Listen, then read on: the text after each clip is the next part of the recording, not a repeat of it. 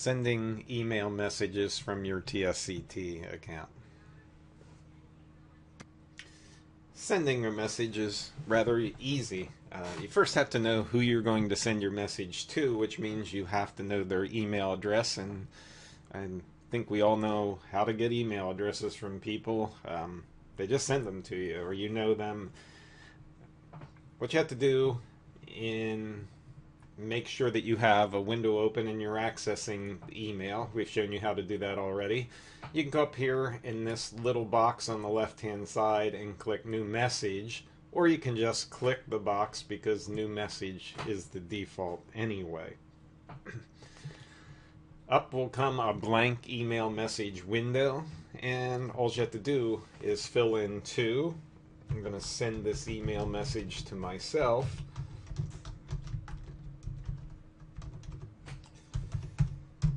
And if you wanted to send it to additional people, you could put a comma here and type the next email address too. So you can send to multiple people at one time. The other thing that you should do is always put a subject in your email messages, because people don't want to open those messages. They want to know what the topic is. So summarize your message content. Always put a subject in. If you send to me without a subject, they just delete your email message.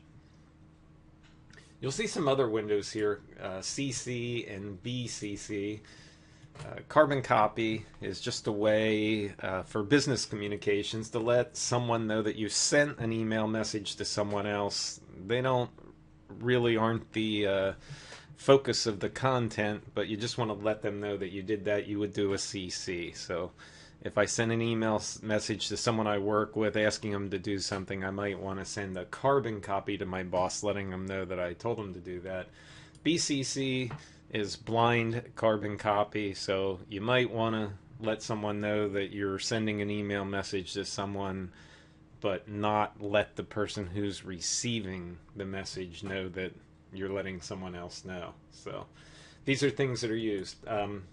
Just type your message down here in the message box.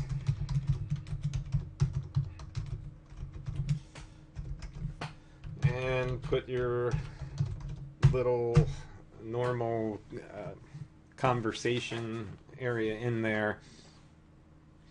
And all you would have to do is click on the send button to have the email go off. It does take a little time to be received at the other end, and always know that email messages aren't guaranteed to be received, so they could be lost on the internet some way. So never good to rely on this. Now, before I send this, I'm going to show you some other features. If you don't know the name of someone that you're going to send to and they're on campus, use this button called To. I'm going to click on this button and up will come a window.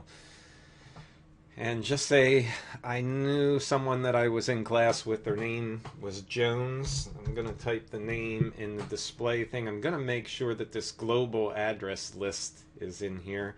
And after I type Jones, I'm going to hit enter, and you'll notice that all the Jones, people with the last name of Jones on Stevens campus, this definitely only works for people on Stevens campus, are available. So I can send to Bradley Jones without knowing that his middle initial was M, because I would have had to know that to know his email address was bmjones@stevenscollege.edu. I would select him, I would click the To, and I'm going to close this window, and you'll notice that it added Bradley Jones. Once again, only works for people who have accounts at Stevens.